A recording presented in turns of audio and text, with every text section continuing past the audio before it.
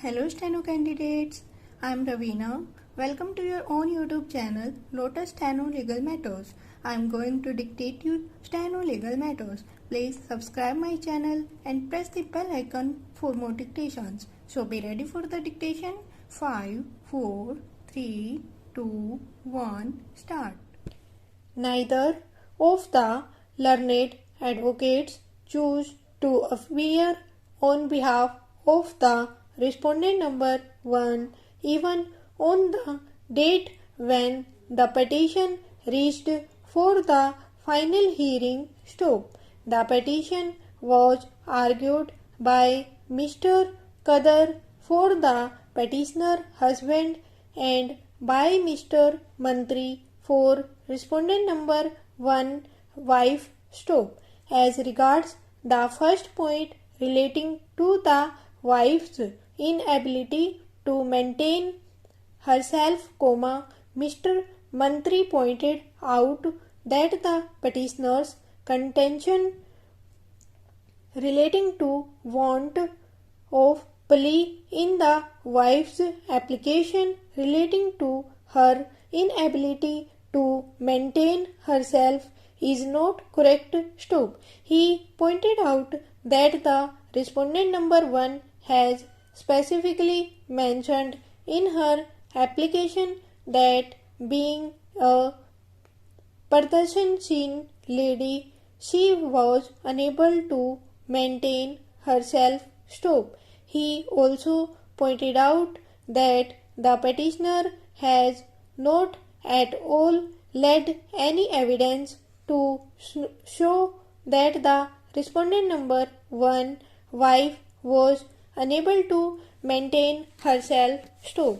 In these circumstances, stop. Mr. Kadar, learned advocate for the petitioner husband, fairly conceded that it was not possible for him to press on with the said point stop. Next para. But Mr.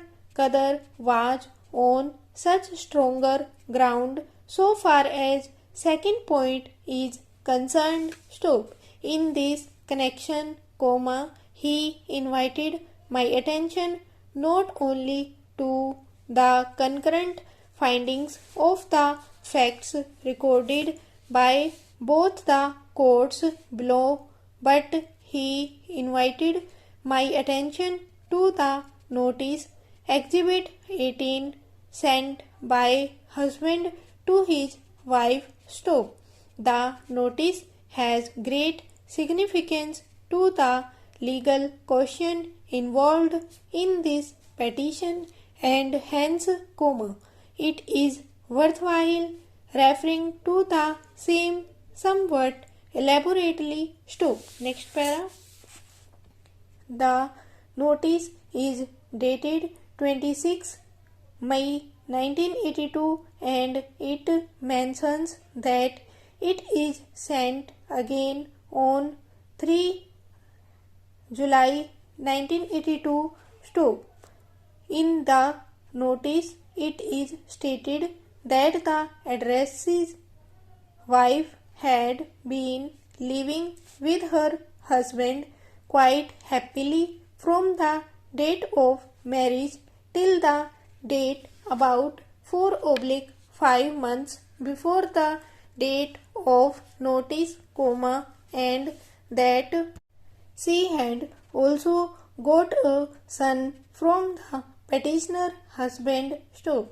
It is further stated that she had left the house of the petitioner husband about 4 months before the date of the notice without any reasonable cause and without the consent or permission of her husband or of his family members stop.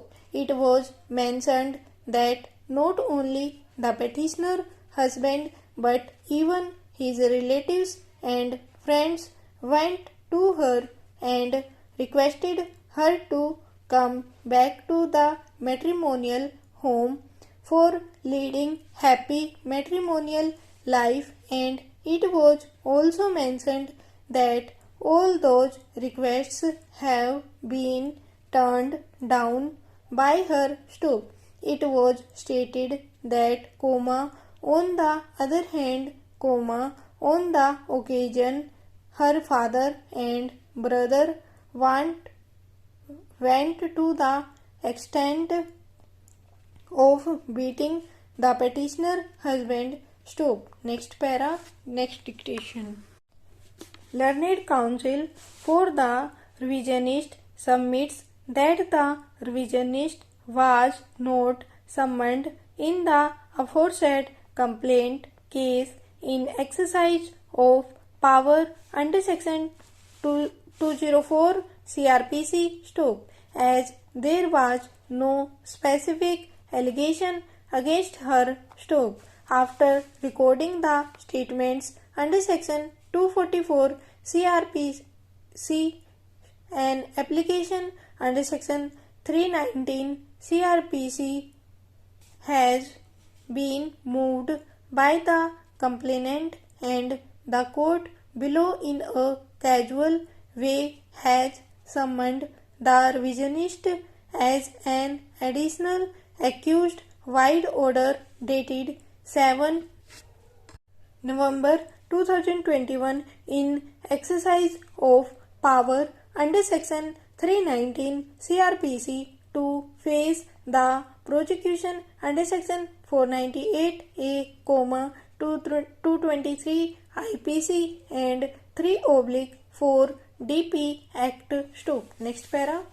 Learned Counsel for the revisionists submitted that the impugned order is the horse of the settled principles of law by the Honorable Apex Court. Stop. This matter arises out of matrimonial dispute between the husband and wife, and the revisionist is a relative of the husband, who has not been attributed any specific role in the commission of offence. Stop. The revisionist non-accused was also not summoned under section 204 CRPC in a complaint whereby a general allegation has been attributed to all accused persons. Stop.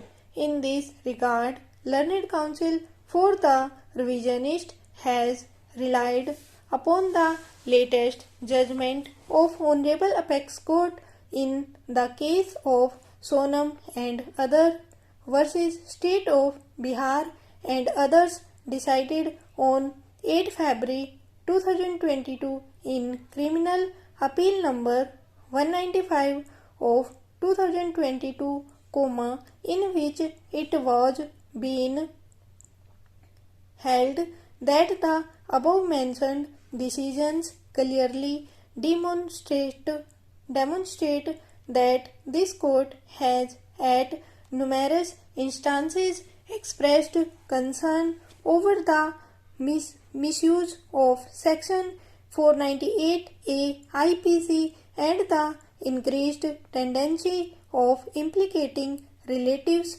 of the husband in matrimonial disputes, without analyzing the long-term ramification of a trial on the complainant as well as the accused. Stop. It is further manifest from the said judgments that false implication by way of general omnibus allegations made in the course of matrimonial dispute, if left unchecked, would result in misuse of the process of law. Stop. Therefore, this court, by way of its judgments, has warned the courts from proceeding against the relatives and in-laws of the husband when no prima facie case is made out against them. Stop. Next para. Learned Counsel for the revisionists submits that there was general and sweeping allegation in the complaint. Consequently, the revisionist was not summoned under Section 204 CRPC. Stop.